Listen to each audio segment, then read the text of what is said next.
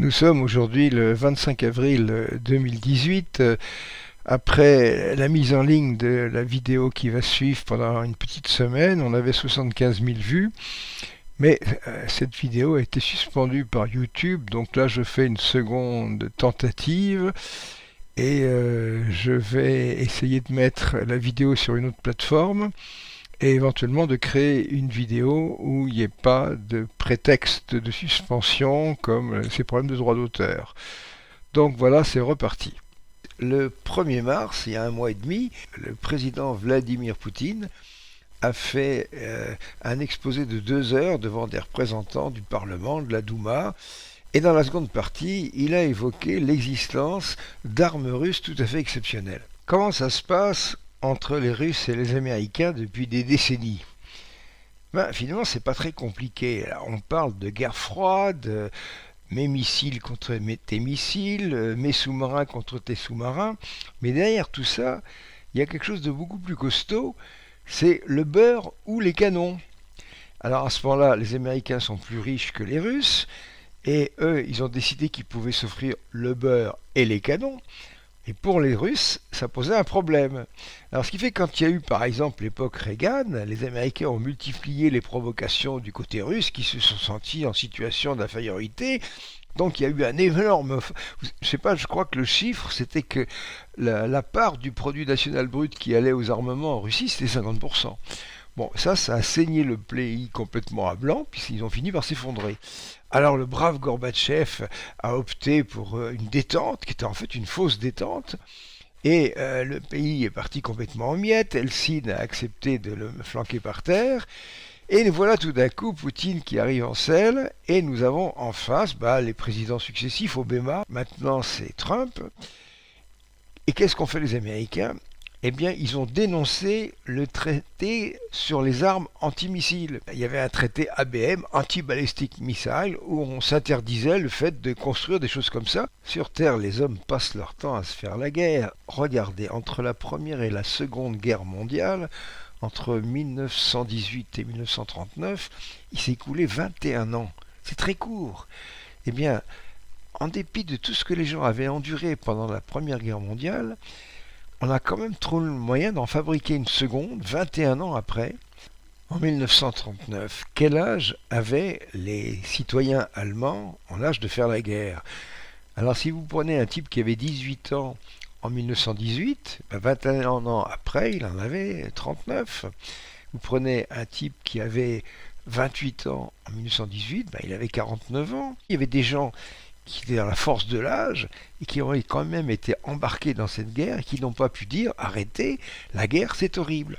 Donc depuis la Seconde Guerre mondiale, quelque chose est apparu grâce à l'arme nucléaire. Parce que la guerre nucléaire, c'est tellement horrible qu'on ne peut pas la faire. Alors on a cette stratégie qu'on appelle MAD. En anglais, MAD, ça veut dire fou. Ça veut dire Mutual Assured Destruction, la destruction mutuelle assurée. Donc on ne peut pas se lancer dans une troisième guerre mondiale nucléaire parce qu'on morflerait. Alors par contre, si on a des armes antimissiles, eh bien à ce moment-là, on pourrait éventuellement attaquer l'autre, mais se protéger soi-même. Donc les Américains ont tablé sur le coup. On va développer des armes antimissiles et les Russes vont être obligés de faire la même chose. Alors ce sera mes armes antimissiles contre les tiennes jusqu'à ce que les Russes finissent par crever économiquement comme l'Union soviétique quelques années plus tôt. Alors dans un premier temps, les Russes ont développé des armes balistiques conventionnelles mais en accroissant énormément la portée. Donc écoutez ce que dit Poutine. Dans la première version de cette vidéo, j'avais présenté des extraits du discours de Poutine prélevé dans une vidéo de la chaîne Russian Today. Mais après 75 000 vues, ma vidéo a été invalidée, donc peut-être pour des problèmes de droit d'auteur. La solution est donc de vous présenter une image fixe. Quant à la voix de la personne qui double Poutine, et bien maintenant ce sera la mienne. Donc écoutez ce que dit Poutine. Le système d'armes Voyevoda avait la portée de 11 000 km. Il n'y a pas de limite pour la portée de ce nouveau système d'armes Sarmat. Comme vous l'avez vu dans la vidéo, ce système d'armes pourrait frapper tout objectif via le pôle sud ou bien le pôle nord. si vous prenez une map monde, vous voyez tout de suite que le chemin le plus court qui mène de la Russie aux États-Unis passe par le pôle Nord. Donc les armes transpolaires qui passent par le pôle Nord, qui ont des portées de 8 à 11 000 km, c'était l'armement standard, ce qui impliquait des armes antimissiles déployées au nord des États-Unis.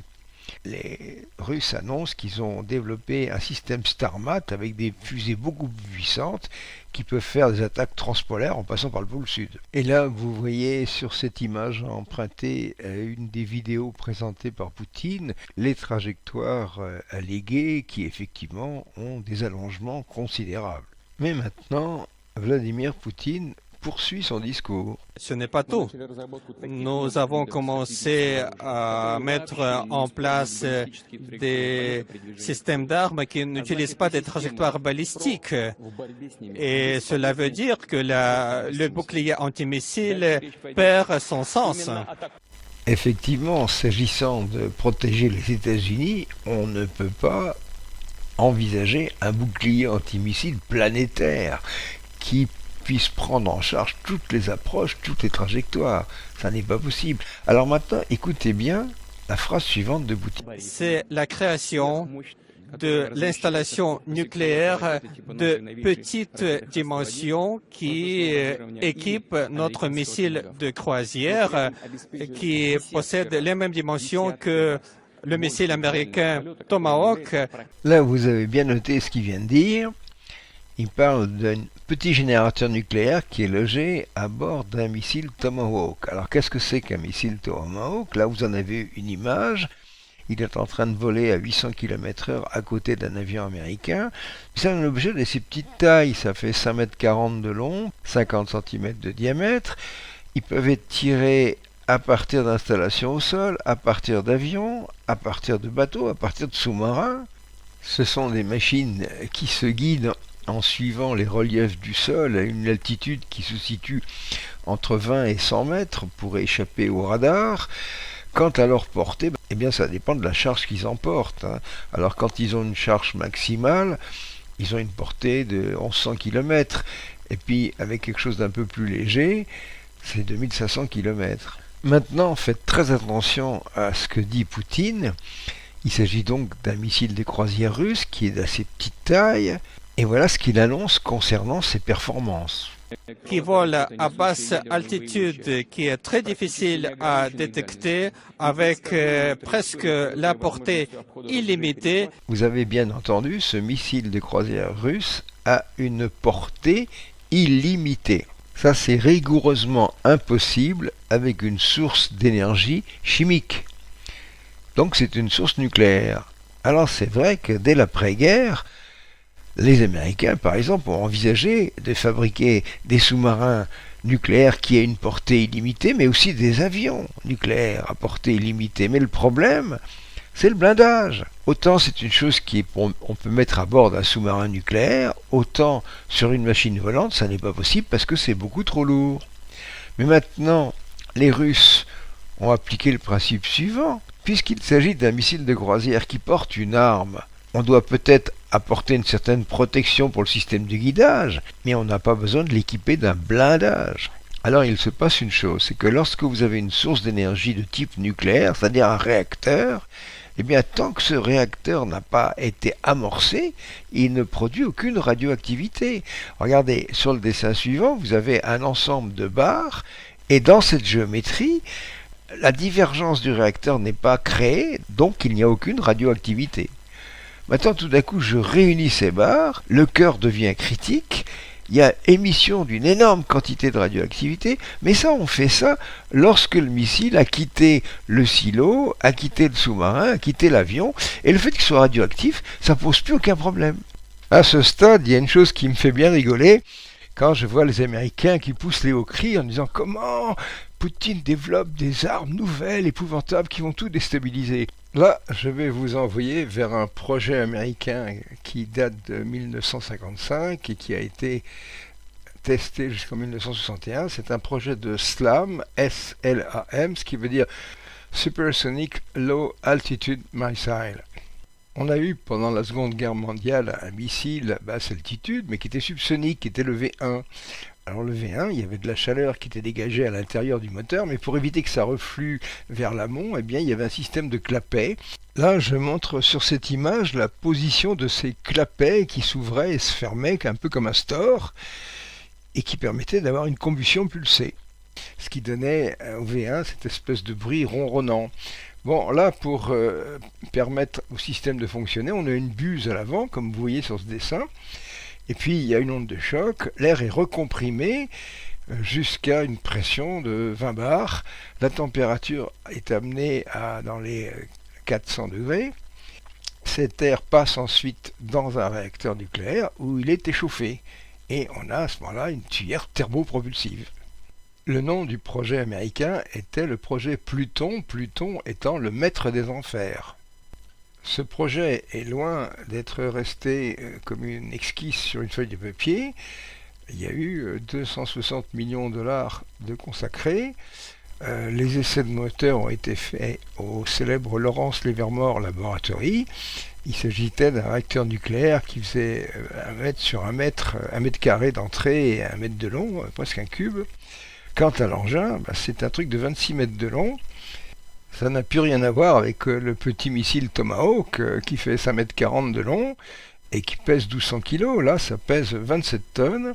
Et à bord, il y a 26 ogives. C'est-à-dire que c'est un engin qui est fait pour circuler à travers tout un continent, parce qu'évidemment, grâce à son réacteur nucléaire, il a une portée absolument illimitée. Et puis il lâche une petite bombe thermonucléaire de temps en temps, des armes anticitées. Alors évidemment, il crache une radioactivité pas possible. Il vole en basse altitude. À l'époque, on indiquait 300 mètres, mais là, on peut très bien descendre beaucoup plus bas. Sur la mer, ça va voler à 10 mètres. Et le nombre de Mach a été donné à cette époque-là pour un Mach 3,5. Donc effectivement, c'est un engin supersonique et c'est aussi l'équivalent de ce qu'on appelle un statoréacteur, mais la différence est que l'énergie est apportée par un réacteur nucléaire et non pas par la combustion d'un hydrocarbure. L'aérodynamique de l'appareil ne posait aucun problème. Si vous voulez voir à quoi ça ressemblait, c'était tout à fait l'engin volant qu'on voit dans la bande dessinée de Black et Mortimer de 1982, qui s'appelle Le secret de l'Espadon. Voilà la photographie d'une maquette qui correspondait aux essais en soufflerie de l'époque. Pour les amateurs, vous pouvez même trouver une maquette à construire en plastique. Et voilà le SLAM avec ses 3 boosters à poudre montés sur un véhicule assez lourd. Et vous voyez la taille du petit bonhomme qui est devant, c'est assez grand. Quant au réacteur nucléaire constituant le moteur, c'était le réacteur Tori 2C qui fonctionnait à l'oxyde d'uranium avec de l'oxyde de beryllium et puis de l'oxyde de zirconium, le zirconium étant transparent aux neutrons. Alors on le voit ici transporté sur des rails de chemin de fer, évidemment ça pèse un poids épouvantable parce que quand on veut faire des essais, on est obligé de mettre un blindage en plomb pour protéger des neutrons et des rayons gamma, et comme ça émet de manière extraordinaire, le blindage est assez lourd. Mais ce blindage disparaîtrait évidemment dans le propulseur de vol. On sait qu'il y avait 465 000 éléments hexagonaux qui étaient rangés un petit peu comme des nids d'abeilles, comme des réuniages de nids d'abeilles, donc qui s'imbriquaient pour créer la criticité. Sur la photo, on voit très bien la forme hexagonale de ces petits éléments qui contiennent à l'intérieur un tube cylindrique dans lequel passe le gaz qui va être chauffé dans ce réacteur.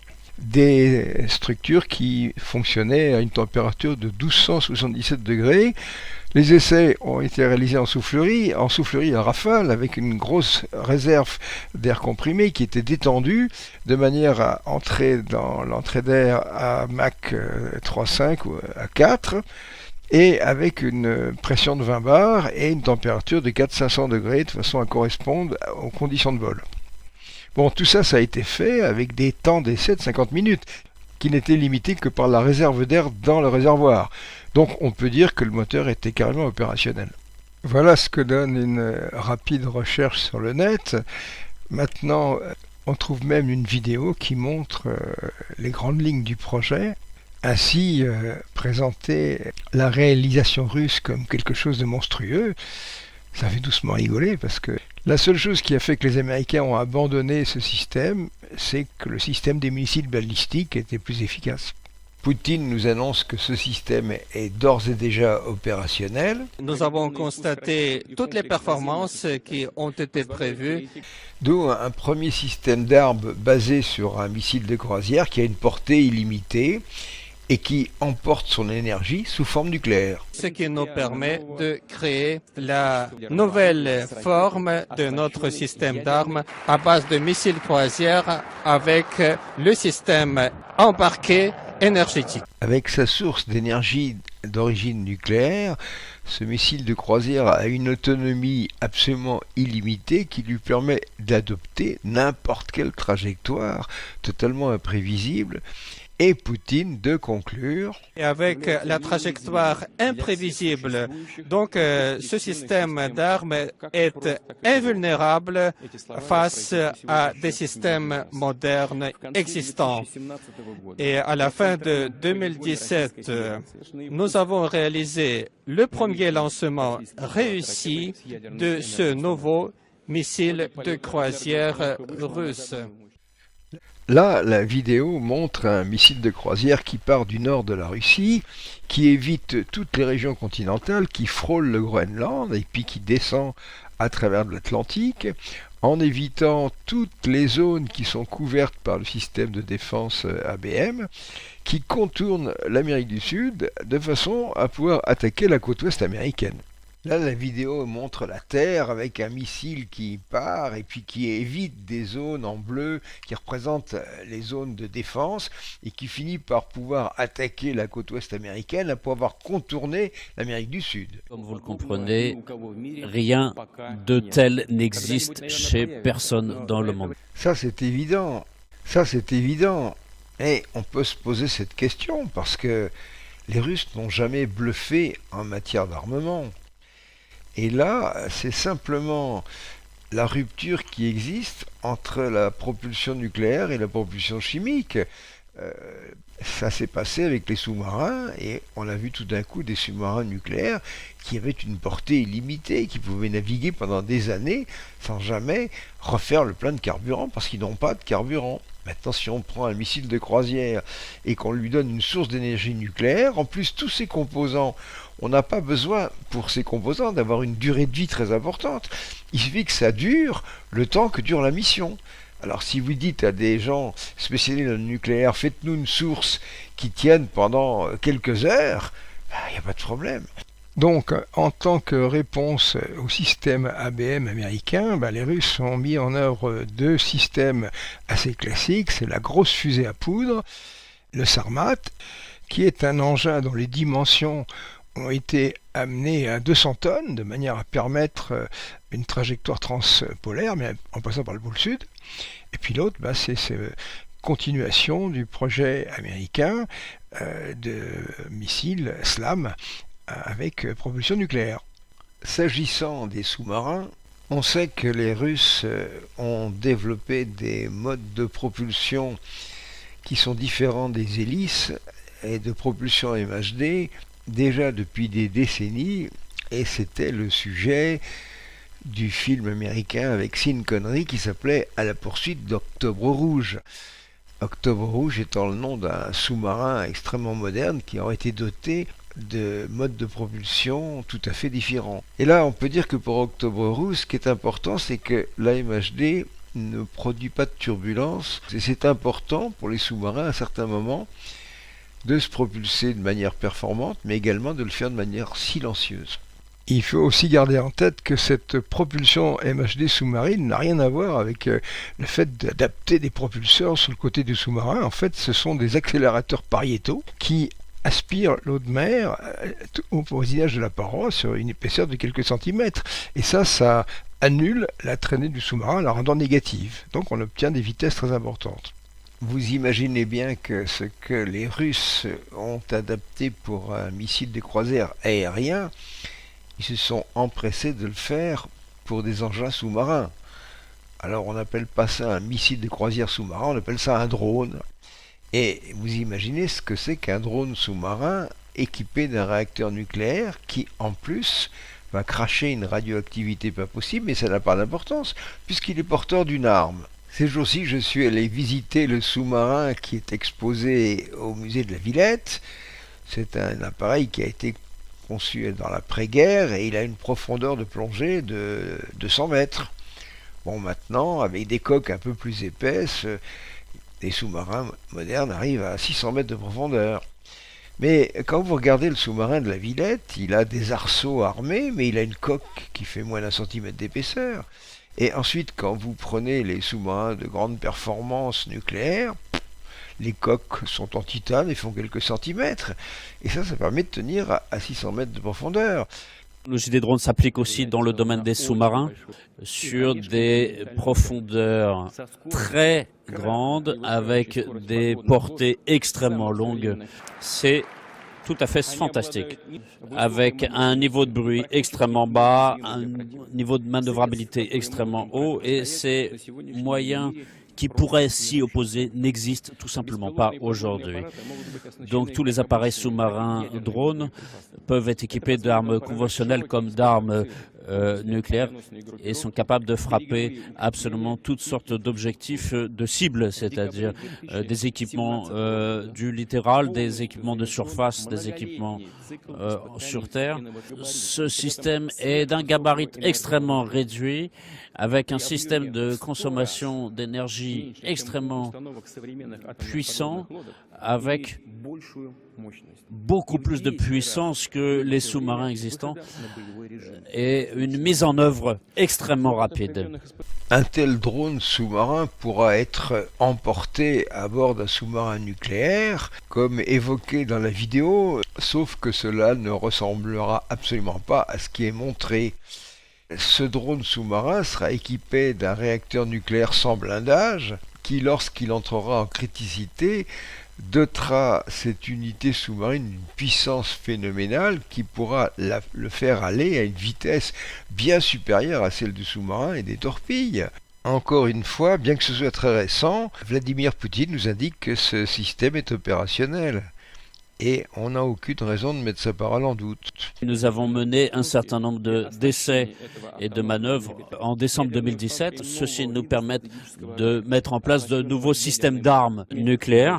Alors la question qui se pose, c'est quel type d'explosif nucléaire mettons dans un drone sous-marin? Il est évident à ce moment-là qu'on ne vise plus la précision. Il ne s'agit plus d'envoyer un missile de croisière qui est précis à quelques mètres près.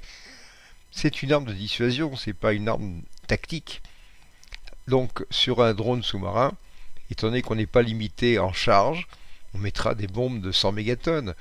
Et à ce moment-là, en amenant ça devant le port de New York ou le port de San Francisco, en faisant péter un truc pareil dans l'eau, on aura un tsunami de 200 mètres de hauteur qui va détruire la ville, quoi. Mais ces armes, ce ne sont pas faites pour être utilisées, elles sont dissuasives. C'est comme ça que j'interprète la fin de phrase suivante. Avec des munitions extrêmement puissantes.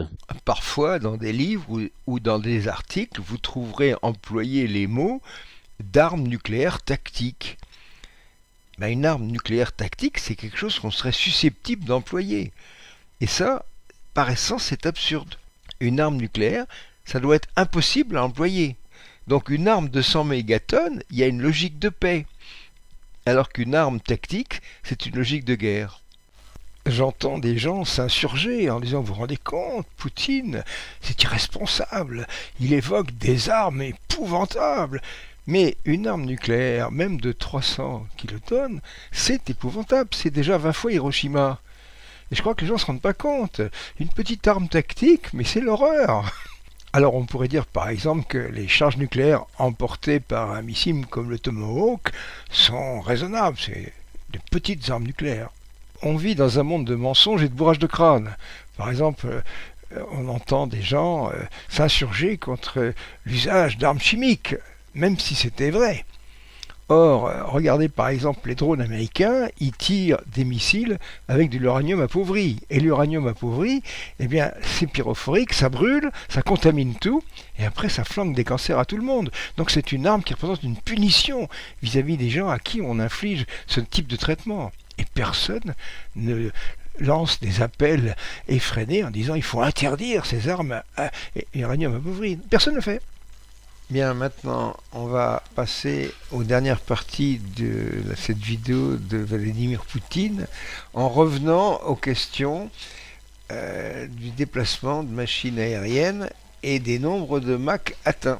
Tous les pays développent un certain nombre d'armes supersoniques. Un Mach, c'est 1062 km/h. Et donc, au-delà de 5 Mach, c'est déjà des vitesses hypersoniques. La vitesse permet de rendre un système inatteignable et à ce moment-là, le système antimissile sur le mode américain devient inutile. Donc évidemment, toutes les armées du monde aujourd'hui cherchent à maîtriser cette technologie pour avoir des armes contre lesquelles il n'y a pas de telle riposte. Aujourd'hui, mesdames et messieurs, la Russie est dotée de tels équipements.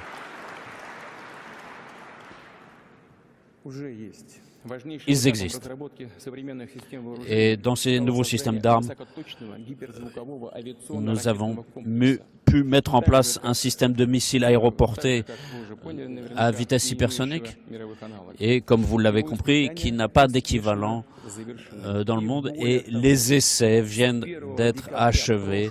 Et depuis le 1er décembre de l'année dernière, ce système a été affecté sur les aéroports, sur les bases aériennes du sud de la Russie.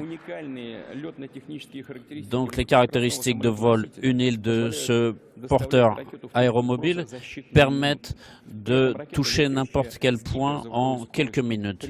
Et cette vitesse hypersonique, qui est 10 fois plus rapide que la vitesse du son. J'attire votre attention sur ce que vient de dire le président de la Russie, Vladimir Poutine. Il vient d'employer un chiffre. Il vient de dire que cet missile aéroporté peut évoluer à Mach 10, à 10 fois la vitesse du son.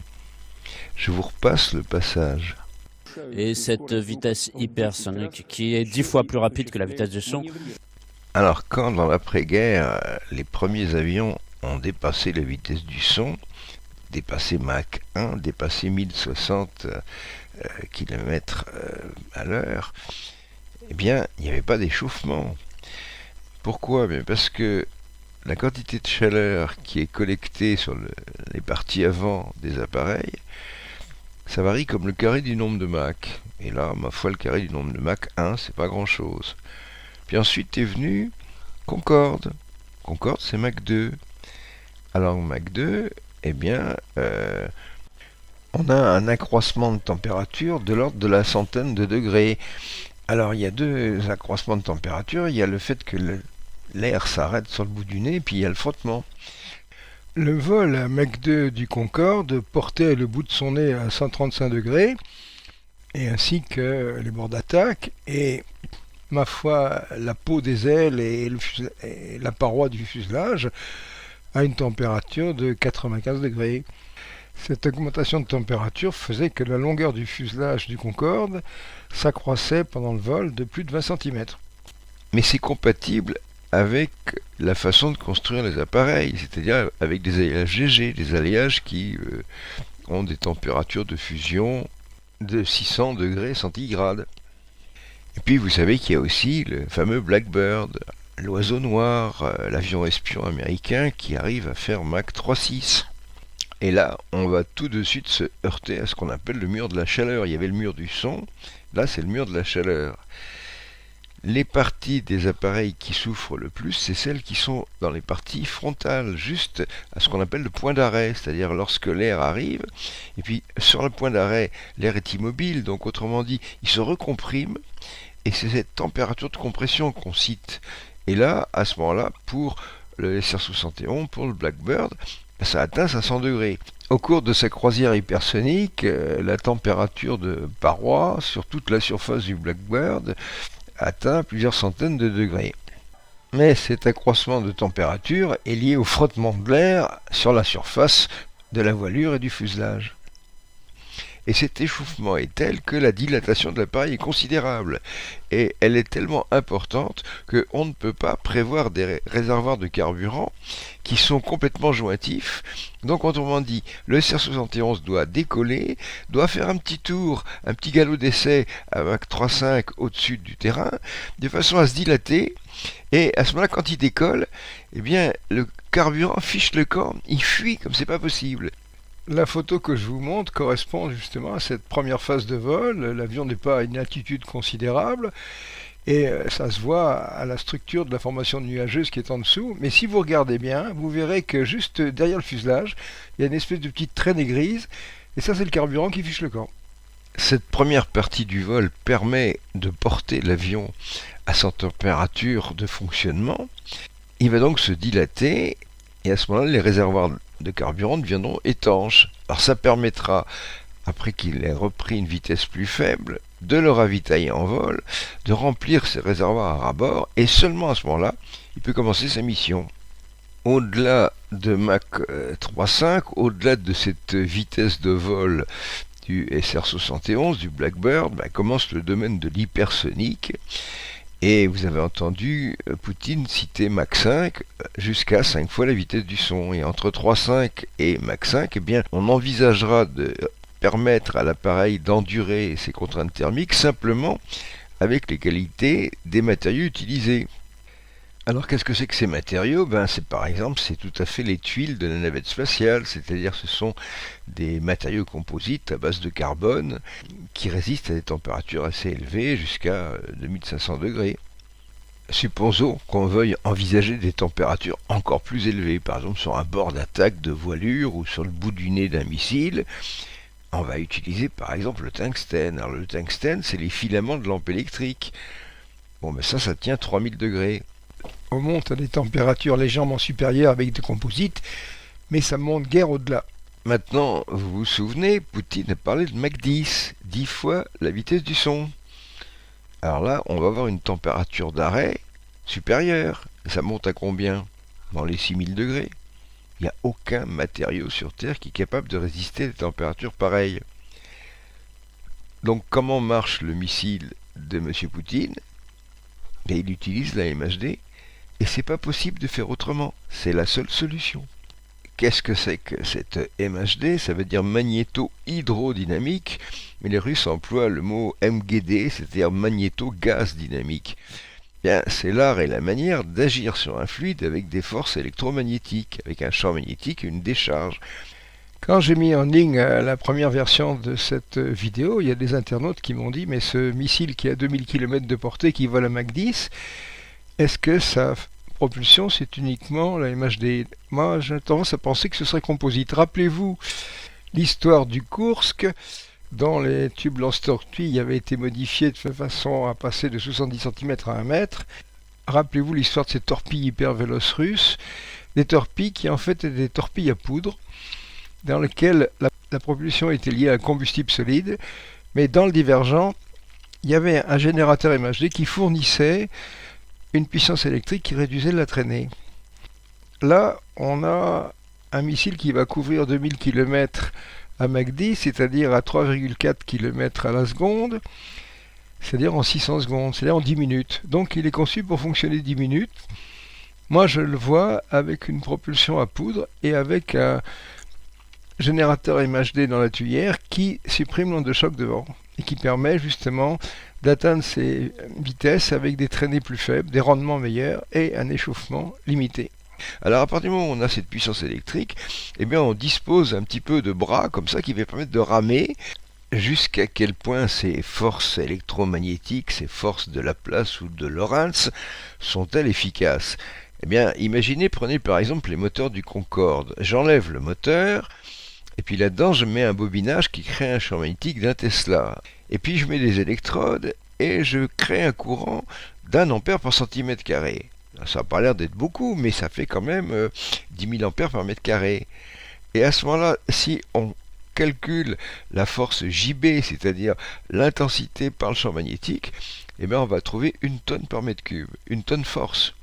Alors prenez de l'air qui fait 1,3 kg par mètre cube, et sur ce 1,3 kg vous mettez 1 tonne, Vous imaginez l'accélération. Alors ça c'est tout à fait réaliste. Quand on faisait des expériences de laboratoire dans les années 60 à l'Institut de mécanique des fluides, eh bien on avait un accélérateur MHD et sur quelques centimètres, le plasma gagnait 5 km par seconde. Vous voyez, donc, autrement dit, ces forces électromagnétiques, c'est une façon autoritaire d'agir sur un gaz en disant tu discutes pas, tu vas à droite, tu vas à gauche, tu fais ce que je te dis. Bien, revenons maintenant à l'échauffement sur la partie frontale des engins, sur leur point d'arrêt. L'échauffement, il est lié à la recompression, elle-même liée à l'onde de choc. Et cette recompression, elle est liée justement, on appelle ça stagnation point en anglais, c'est-à-dire le point où le plasma, où le gaz stagne, il ne peut pas s'évacuer. Donc c'est cette compression qui fait que la température augmente. Bon, maintenant, on va évoquer cette formation d'une onde de choc. Prenez un autobus qui pénètre dans une foule. Alors si l'autobus rentre dans cette foule à moins de 50 cm par seconde, il n'y aura pas de problème. Les piétons arriveront à s'évacuer de chaque côté du pare-choc.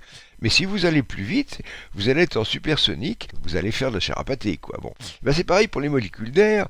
Les molécules d'air, par exemple dans l'air atmosphérique, elles se baladent à 340 mètres par seconde. Donc si vous rentrez là-dedans à une vitesse plus faible, l'air a le temps de s'évacuer. Mais si vous rentrez en supersonique, eh bien c'est plus possible. Il faut donc que l'air se configure de façon à pouvoir s'évacuer. Donc il faut qu'il augmente sa vitesse du son local, il faut qu'il augmente sa vitesse d'agitation thermique, donc sa température. Donc vous comprenez pourquoi il y a une température plus forte derrière une onde de choc. Donc qu'est-ce que c'est que la MHD ? Eh bien ça consiste à dire on va supprimer la cause pour supprimer l'effet. Donc on va empêcher les ondes de choc de se former. Et pour les empêcher de se former, eh ben c'est pas difficile. On va utiliser des forces électromagnétiques qui aident les molécules d'air à passer. Tout cela, je l'ai expliqué dans une bande dessinée scientifique qui s'appelle Le Mur du Silence, que j'ai publié en 1983, c'est-à-dire au moment où j'écris ces lignes, il y a 35 ans. Et je me souviens que je l'avais conçue de façon à ce qu'elle soit compréhensible, même par un ministre. Mais ça a été le bide complet. Et heureusement, vous pourrez la télécharger gratuitement à cette adresse sur le site de Savoir sans frontières. Alors pourquoi ce titre, Le Mur du Silence ? Eh bien, c'est toujours d'actualité. Figurez-vous que ces jours-ci, un journaliste voulait m'interviewer justement sur ces armes russes. Et puis au dernier moment, il s'est dit non, Jean-Pierre Petit, c'est l'homme des ovnis. Ben oui, il y a une chose, c'est que j'ai lancé cette idée de suppression des ondes de choc. Je pense que j'étais le premier à le faire en 1975. Immédiatement est apparu le lien avec le phénomène ovni, parce que voilà des objets qui se promènent à vitesse supersonique sans faire de bang. Bon, j'ai écrit des livres, j'ai donné des interviews, donc maintenant je suis absolument infréquentable. Revenons au discours de Poutine et essayons de faire un peu le point. Bon, l'idée c'est de s'affranchir des systèmes antimissiles. Alors, la première solution, c'est de grossir un missile balistique en l'amenant à 200 tonnes, ce qui lui permet de prendre n'importe quelle trajectoire pour frapper un point. Mais ça reste un missile balistique. Le deuxième point, on prend un petit réacteur nucléaire et on réactive le projet américain de 1955-61 du SLAM, avec à ce moment-là une tuyère thermopropulsive et puis un engin qui fonctionne quand même à Mach 3,5, donc en supersonique. Donc c'est un missile de croisière supersonique de grande portée, et avec une tuyère thermopropulsive qui utilise l'énergie thermique fournie par un réacteur. Ensuite, troisième système, eh bien un système qui est à ce moment-là à 2000 km de portée, qui a une durée de vie de 10 minutes. Et moi je pense que c'est un système mix avec une propulsion fusée et un système MHD qui permet justement de grimper en nombre de Mach. Les vecteurs qui ont à la fois une grande profondeur, une grande vitesse et une très grande autonomie, eh bien ce sont les drones sous-marins qui tirent alors leur énergie d'un réacteur nucléaire embarqué et pour lesquels il n'y a pas de problème de poids. Écoutons de nouveau Poutine parler de ce missile à Mach 10. En plus doté d'une manœuvrabilité très élevée, ce qui permet de garantir le développement de nouveaux systèmes d'armes avec des portées supérieures à 2000 km, tant munis de munitions classiques que de munitions nucléaires, et qui portent le nom de Kinjal, c'est-à-dire le poignard. Alors là, Poutine montre à l'assistance un bout de vidéo.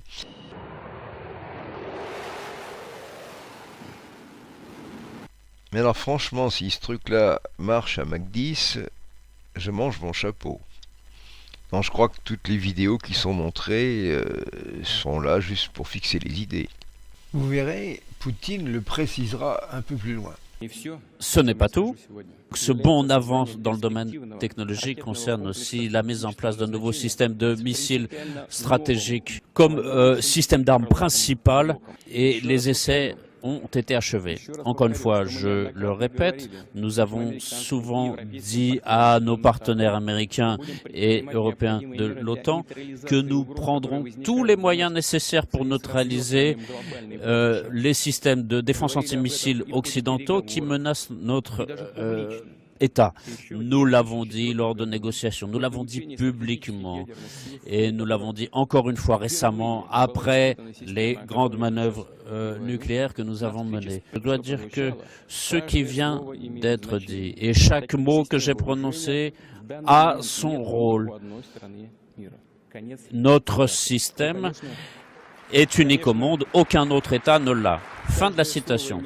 Chaque mot a sa valeur parce que j'ai parlé notamment du système qui permet d'éviter les limites classiques des contingences géographiques. Nous l'avons dit ouvertement de façon à inciter nos partenaires à discuter. C'est pas la première fois.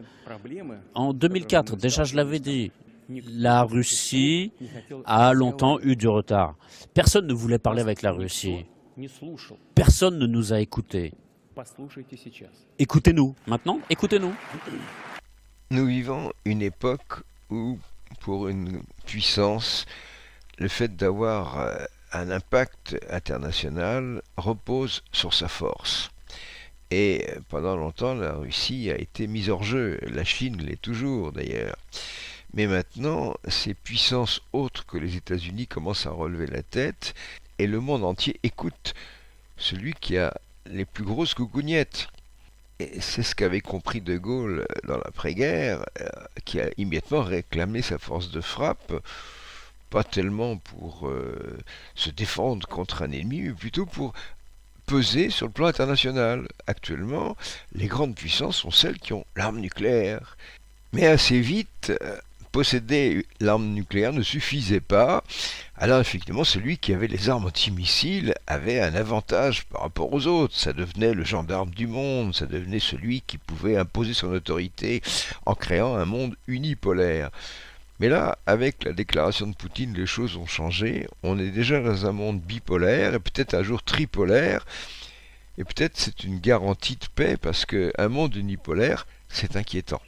Surtout quand le président de cet État est M. Trump. À ce stade de son discours, cela a valu à Vladimir Poutine une standing ovation.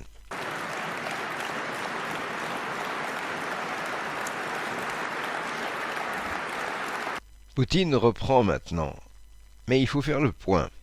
On a d'abord eu un missile de croisière alimenté par une source d'énergie nucléaire, avec une très grande portée, une portée infinie. Ensuite, il y a eu des drones sous-marins. Et puis, troisième point, c'est un missile à portée moyenne, 2000 km, mais hypersonique, à Mach 10, emporté par avion. Maintenant, c'est le quatrième point. Là, c'est l'arme stratégique hypersonique, avec une grande maniabilité. Et nous pouvons vous assurer que dans un avenir prochain, les forces nucléaires russes seront équipées d'éléments et d'armements capables de frapper tout point, avec une grande manœuvrabilité et une grande vitesse. Ce système fait la différence par rapport au système d'armes ancien, puisqu'il possède la vitesse hypersonique, la vitesse de 20 Mach.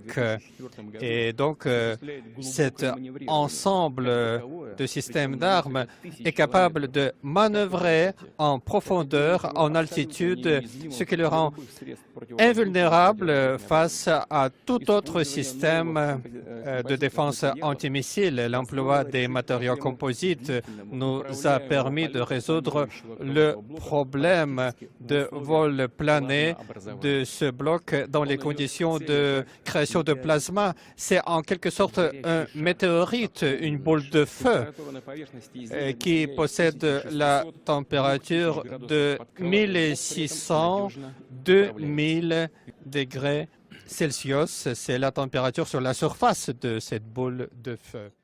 Alors là, on voit un missile conventionnel qui emmène ce genre de véhicule qui est placé sur orbite, donc à vitesse orbitale. Puis alors après, il évolue entouré de plasma et il se livre à des virages qui lui permettent d'éviter les systèmes de défense de l'ennemi et de frapper donc sa cible. Au passage, la couche de plasma qui l'entoure le protège des tirs laser qui absorbent l'énergie. Mais à Mach 20, la température d'arrêt au bout du nez, c'est carrément plus de 20 000 degrés. Donc là, l'utilisation de la MHD est quelque chose d'absolument incontournable. Cette vidéo se termine par une image qui, à ce moment-là, a peut-être un peu de rapport avec la réalité. Il faut se rappeler une chose, c'est que les Russes avaient testé un engin qu'ils avaient appelé Ajax, qui n'avait pas pu à l'époque, avant l'effondrement de l'Union soviétique, amener à maturité. Voilà une photo d'Ajax prise en soufflerie. Et disons que le petit frère américain d'Ajax s'appelle Aurora. C'est donc un engin hypersonique. Et pour savoir comment ça marche, je vous renvoie à un de mes livres dans lequel tout ça est expliqué. On est en 2018, j'ai publié ce livre en 2003 chez Albin Michel, donc il y a 15 ans. Si on accepte une vue très schématique du planeur hypersonique, j'ai dit plus haut que les vidéos qui étaient montrées étaient uniquement pour fixer les idées. Ça ne correspondait pas à la réalité. Et vous allez voir que Vladimir Poutine confirme mon impression. Suite à des raisons qu'on comprend très bien, nous ne pouvons pas vous montrer l'aspect de ce système d'armes puisque cela revêt une grande importance aujourd'hui. Je crois que tout le monde le comprend, mais je vous assure que tout cela est opérationnel et tout cela fonctionne très bien. Qui plus est, les entreprises de défense ont déjà entamé la fabrication de systèmes d'armes qui fait partie du système stratégique de défense de la Russie, baptisé Avant-Garde. Alors quel rapport entre ce planeur hypersonique et l'engin Ajax ou son petit frère Aurora? Eh bien Ajax et Aurora ont un moteur, ce sont des avions espions. Tandis que le planeur hypersonique n'a pas de moteur. Qu'est-ce que c'est qu'un planeur? C'est une machine volante qui n'a pas de moteur, qui utilise la gravité. Et à ce moment-là, cette machine, en dégringolant à Mach 20 dans la haute atmosphère, eh bien, grâce à un système générateur MHD linéaire qui transforme une partie de l'énergie cinétique incidente du gaz en électricité, produit du courant électrique, et ce courant est utilisé comme gouverne. C'est utilisé pour permettre à la machine de virevolter, et surtout ça fait une très forte tension à la partie avant, qui crée un bourrelet de plasma qui protège justement cette machine des flux thermiques très importants. Un planeur n'a pas que des gouvernes, il a aussi un dispositif qui assure sa sustentation. Et bien là, le planeur hypersonique est ce qu'on appelle un wave rider, c'est-à-dire qu'il surfe sur son onde de choc. C'est-à-dire qu'il y a une onde de choc oblique couchée qui se crée à la partie inférieure, le dessus est plat, et cette surpression lui suffit à acquérir une grande finesse et ça lui permet de franchir des dizaines de milliers de kilomètres à très grande vitesse en rebondissant sur les hautes couches de l'atmosphère comme jadis le personnage de bande dessinée qu'on avait appelé le surfeur d'argent. Nous savons très bien que tout un nombre de pays utilisent des nouveaux principes physiques pour concevoir les nouveaux systèmes d'armes, mais là, nous sommes en avance. Dans la fin de cette vidéo, Vladimir Poutine tient à signaler que la Russie est loin d'être en retard dans des armes comme l'arme laser. Toujours, nous avons par exemple atteint des grands résultats dans la création de l'arme à laser. Ce ne sont pas des assertions théoriques et pas simplement le début de fabrication Non, les systèmes d'armes laser équipent déjà l'armée russe. Quelle conclusion formuler à partir de tout cela? Bon, ça n'est pas rien. Comme je l'ai dit, les Russes n'ont jamais menti sur leur capacité militaire. Disons que lorsqu'il y a eu cet effondrement de l'Union soviétique, on a assisté à une migration de cerveaux russes vers l'ouest, mais il faut croire qu'il en est resté pas mal sur place. Et puis surtout, bon, ces gens-là, ils ont un certain patriotisme, ils travaillent aussi pour la survie de leur pays. Poutine a trouvé des cerveaux pour concevoir tout ça, et les physiciens russes ont toujours été des gens au top niveau. Il est tout à fait exact qu'au moment de l'effondrement de l'Union soviétique, la science russe a connu une crise majeure. Les laboratoires n'avaient plus de quoi payer les gens qui travaillaient chez eux. Les projets étaient mis en croix par manque de financement. Mais peut-être les États-Unis ont dû sous-estimer les capacités de récupération de la Russie. La guerre froide n'a jamais cessé, simplement elle s'est déplacée, c'est devenu une guerre froide économique. On a vu comme du temps de Reagan comment l'Amérique avait réussi à effondrer l'Union soviétique en la contraignant à une surenchère sur le plan des armements qui était épouvantable. Mais là, la Russie d'aujourd'hui a joué sur le qualitatif plutôt que sur le quantitatif. Lorsque Obama envoie sa flotte se promener en mer de Chine, c'est aussi pour provoquer les Chinois et les amener aussi à développer des armements qui seraient ruineux et qui pourraient compromettre leur économie. Mais peut-être que la Chine joue de la même façon sur le qualitatif, et il n'est pas nécessaire d'avoir des milliers de têtes nucléaires et des milliers de ceci, des milliers de cela. Il suffit d'avoir des bonnes armes qui sont impossibles à stopper, suffisamment dommageables pour que même en petit nombre, elles représentent une dissuasion valable. Nous vivons une époque où, pour une puissance, le fait d'avoir un impact international repose sur sa force. Et pendant longtemps, la Russie a été mise hors jeu. La Chine l'est toujours d'ailleurs. Mais maintenant, ces puissances autres que les États-Unis commencent à relever la tête, et le monde entier écoute celui qui a les plus grosses coucougnettes. Et c'est ce qu'avait compris De Gaulle dans l'après-guerre, qui a immédiatement réclamé sa force de frappe, pas tellement pour se défendre contre un ennemi, mais plutôt pour peser sur le plan international. Actuellement, les grandes puissances sont celles qui ont l'arme nucléaire. Mais assez vite, posséder l'arme nucléaire ne suffisait pas. Alors effectivement, celui qui avait les armes antimissiles avait un avantage par rapport aux autres. Ça devenait le gendarme du monde, ça devenait celui qui pouvait imposer son autorité en créant un monde unipolaire. Mais là, avec la déclaration de Poutine, les choses ont changé. On est déjà dans un monde bipolaire et peut-être un jour tripolaire.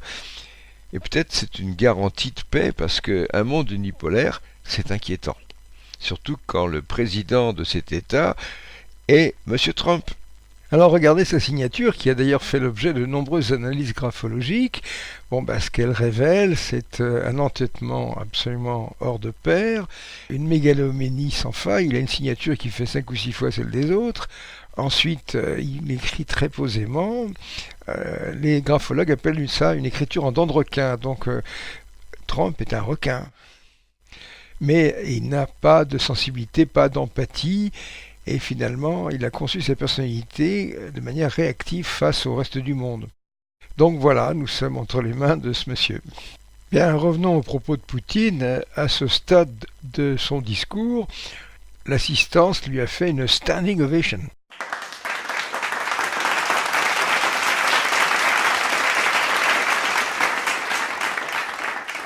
Dans la fin de cette vidéo, Vladimir Poutine tient à signaler que la Russie est loin d'être en retard dans des armes comme l'arme laser. Nous avons obtenu de grands résultats dans la création des armes à laser. Ce ne sont pas des assertions théoriques, il ne s'agit pas non plus du début d'une fabrication, non. Les systèmes d'armes laser équipent d'ores et déjà l'armée russe. Quelle conclusion formuler à partir de tout cela? Bon, ça n'est pas rien. Comme je l'ai dit, les Russes n'ont jamais menti sur leur capacité militaire. Disons que lorsqu'il y a eu cet effondrement de l'Union soviétique, on a assisté à une migration de cerveaux russes vers l'ouest, mais il faut croire qu'il en est resté pas mal sur place. Et puis surtout, ces gens-là, ils ont un certain patriotisme, ils travaillent aussi pour la survie de leur pays. Poutine a trouvé des cerveaux pour concevoir tout ça, et les physiciens russes ont toujours été des gens au top niveau. Il est tout à fait exact qu'au moment de l'effondrement de l'Union soviétique, la science russe a connu une crise majeure. Les laboratoires n'avaient plus de quoi payer les gens qui travaillaient chez eux. Les projets étaient mis en croix par manque de financement. Mais peut-être les États-Unis ont dû sous-estimer les capacités de récupération de la Russie. La guerre froide n'a jamais cessé, simplement elle s'est déplacée, c'est devenu une guerre froide économique. On a vu comme du temps de Reagan comment l'Amérique avait réussi à effondrer l'Union soviétique en la contraignant à une surenchère sur le plan des armements qui était épouvantable. Mais là, la Russie d'aujourd'hui a joué sur le qualitatif plutôt que sur le quantitatif. Lorsque Obama envoie sa flotte se promener en mer de Chine, c'est aussi pour provoquer les Chinois et les amener aussi à développer des armements qui seraient ruineux et qui pourraient compromettre leur économie. Mais peut-être que la Chine joue de la même façon sur le qualitatif, et il n'est pas nécessaire d'avoir des milliers de têtes nucléaires et des milliers de ceci, des milliers de cela. Il suffit d'avoir des bonnes armes qui sont impossibles à stopper, suffisamment dommageables pour que même en petit nombre, elles représentent une dissuasion valable. Face à ces annonces, la réaction des Américains a été de ne pas se déclarer surpris par tout ce qui était présenté par Poutine, en suggérant qu'ils étaient déjà au courant.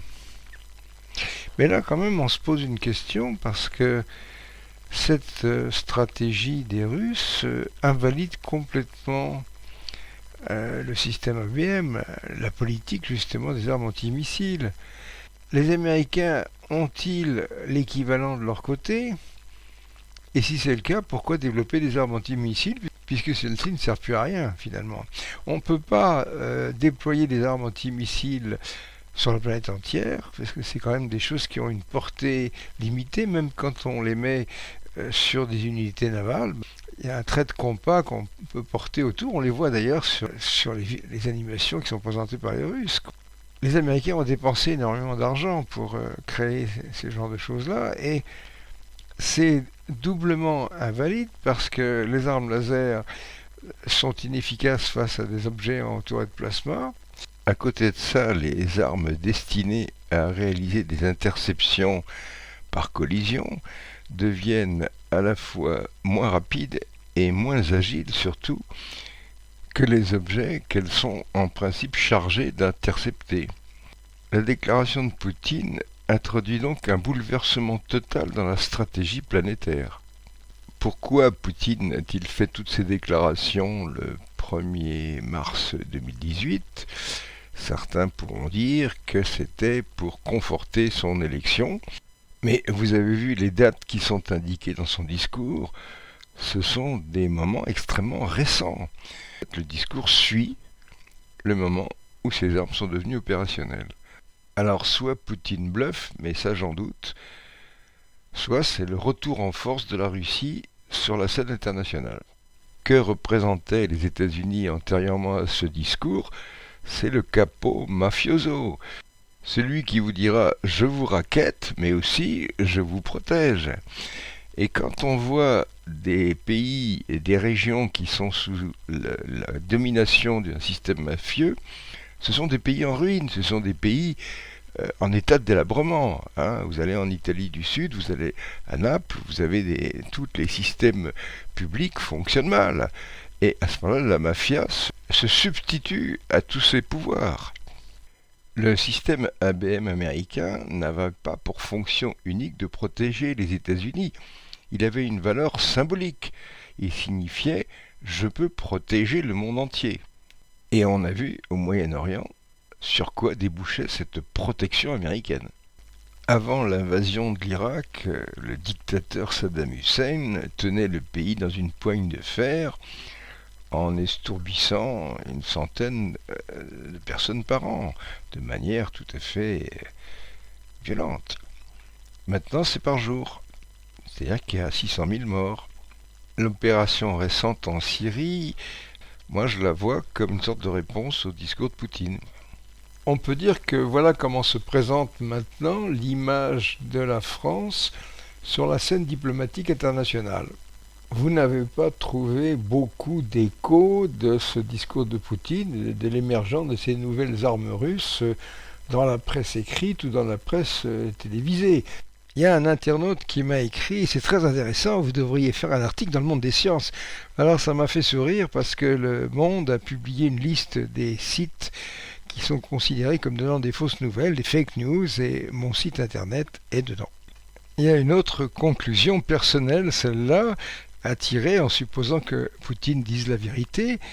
Je crois qu'en 1975, j'ai été le premier à suggérer qu'on puisse se passer des ondes de choc grâce à la MHD. J'ai publié des choses là-dessus. Quelle a été la réaction de la France et du CNRS? Eh bien, un historien des sciences pourra avoir accès à mon rapport CNRS qui doit être dans des archives. Il contient une expertise psychiatrique, c'est-à-dire qu'un jour, le président de ma section a écrit à un chercheur en lui disant en quelque sorte on a chez nous un chercheur qui pense qu'on peut voler à vitesse supersonique sans choc, est-ce qu'il a un grain?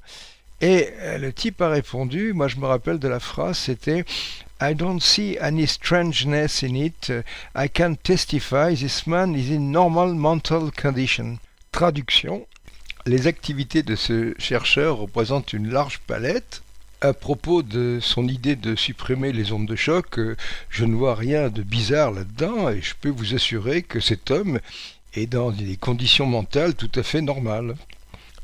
Le dossier d'un chercheur, c'est un truc qui fait 10 à 15 cm d'épaisseur, et un jour, un type était de passage à l'Observatoire de Marseille, il avait le dossier, j'ai demandé si je pouvais le compulser, et j'ai trouvé ces choses-là. Mais de toute manière, dans ce dossier qui est dans les archives CNRS, on trouvera tous les projets de recherche de Jean-Pierre Petit pendant 10-15 ans, des projets à 10 briques, des projets à un bâton, des projets à 500 €, des projets à 100 €, c'est tout ça en MHD, quoi. C'était vraiment vox clamat in deserto. Quand j'évoque tout ça, ça donne l'impression que je veux régler des comptes. Mais enfin, il y a quand même eu des histoires extraordinaires. Par exemple, quand, grâce à Lichnerowitz, j'ai publié les premières notes au contrôle de l'Académie des sciences sur les aérodynes MHD discoïdaux, l'académicien Schatzmann a dit que ça ne pouvait pas voler parce qu'une machine ne pouvait pas sustenter en produisant elle-même son propre champ électrique et son propre champ magnétique, que des théorèmes s'y opposaient. Il était à l'époque président de la Société française de physique. Et il a cité l'histoire du baron de Munchausen, qui était dans un marais avec sa jument, il était assis sur sa jument, il avait réussi à sortir sa jument en tirant sur la crinière. Alors, moi, je lui ai demandé un droit de réponse, auquel j'ai participé en étant sur une civière, puisque j'avais un accident de travail entre-temps. Un copain avait fabriqué un aquarium qui contenait de l'eau acidulée, et là-dedans, il y avait le cheval de Munchausen, avec Munchausen dessus, et quand on branchait les fils, Munchausen sortait de l'eau. Et j'ai dit à Schatzmann, si vous avez raison, cette expérience ne peut pas marcher. Alors il y a toujours eu dans l'histoire des sciences des moments où les gens sortent complètement des clous. Bon, dans le temps, on les brûlait. Maintenant, on ne les brûle plus. Mais vous pouvez avoir des situations déjà assez inquiétantes. Lorsqu'il y a eu cette émission chez Ardisson en 2017, Laurent Alexandre a recommandé que je sois mis sous médicaments. Bien, on est en 2018 et d'après ce discours de Poutine, les faits semblent me donner un petit peu raison. Mais ça n'est pas fini, il reste la cosmologie, ce qui fait que la question qu'un chercheur doit toujours se poser, c'est jusqu'où peut-on penser trop loin ?